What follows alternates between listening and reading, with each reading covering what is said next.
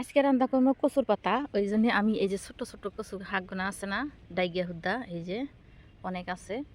তো এই পাতাগুনাই তুলে নেবো, এই যে এখান থেকে একবার করে নেবো। এক হাতে ক্যামেরা করতেছি, এক হাতে ভিডিও বানাইতেছি, তো ওই জন্য এরকম হইতেছে। তো যাই হোক, কচুর পাতা আমার খুবই প্রিয়, ওই জন্য কচুর শাক খাওয়ার জন্য আমার মন গেল আজকে। আর রোদ পুরা উঠছে, এই রোদের মধ্যে কচুর পাতা খাতে খুবই স্বাদ লাগে আমার কাছে। তো বন্ধুরা, অনেকগুলো পাতা তুলে নিচ্ছি, যে দেখতেছেন।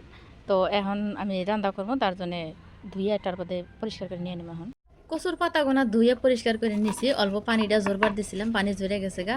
তো আমি এখানে চাকু দেখাইতে নিতেছি, বড়ি দেখালে ভালো হয়, আরও ছোট ছোট করে ভুজুরি করা যায়। কিন্তু আমার একটা সমস্যা আছে, জ্বলন্ত সমস্যা। জ্বলন্ত সমস্যা হইলো যে আমি যদি কচু কাটি তাহলে এক সপ্তাহ আমার আত খাই যায়। ওই জন্যে আমি এই যে এই ব্যবস্থা করে কাটলাম। আর এখানে একটা প্রেশার কুকার নিয়ে নিছি, সম্পূর্ণ কাটা হয়ে গেছে গা। প্রেশার কুকারের মধ্যে দিয়ে দিলাম আমি কচুর পাতাগুনা। তো নিনজা টেকনিক, ফস করে আর ঝট করে রান্না হয়ে যাবো গা, এই জন্য এই ব্যবস্থা করলাম। প্রেশার কুকারে দিয়ে রান্না করবো।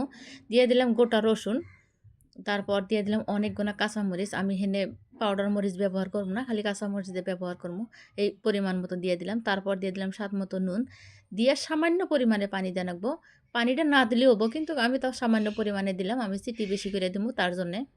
তো এখন আমি সোমবার দেবো, তার জন্য কড়াইয়ের মধ্যে সর্ষের তেল দিয়ে ফোড়নে দিয়ে দিলাম জিরা, তারপর দিয়ে দিলাম 2টা শুকনা মরিচ। জিরা শুকনা মরিচ দিয়ে ফোড়ন দিলে ভালোই লাগে। তারপর দিয়ে দিলাম পেঁয়াজ, এখন দিয়ে দিলাম রসুন।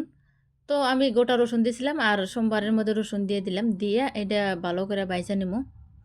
আর এবার করে কচুর পাতা খাইয়া দেন, খুবই ভালো লাগবে। আর এবার করে রানলে কিন্তু গলায় ধরে না, সাধারণত গলায় কমই ধরে কচুর পাতা। যারা খাওয়া পারে না তাদের তো দেখলেই ধরে, আর যারা খাওয়া পারে তারা যেবা করে রান্দা খুশি খাওয়া যায়, কিন্তু গলা ধরে না। তো যাই হোক, আমি এই যে খুবই নাড়াচাড়া করে নিতেছি। গোটাগুটি করার পর অনেকক্ষণ করার পর এই যে হয়ে গেছে গা, মানে আঠালো আঠালো হয় যখন হয়ে যাবো গা, তখন এটা সম্পূর্ণ হয়ে যায়। তো কচুর পাতাটা সম্পূর্ণ হয়ে গেছে গা। এখন আমি একটা প্লেটের মধ্যে বাইরে নিতেছি। তো দেখতেছাও তোমরা কত সুন্দর হয়েছে না। কচুর পাতা সবেরই পছন্দ না, কিন্তু আমার সব হাগের থেকে কচুর শাকটা ভালো লাগে বেশি। ওই জন্য তো আমি যদে মদে রেন্দা খাই।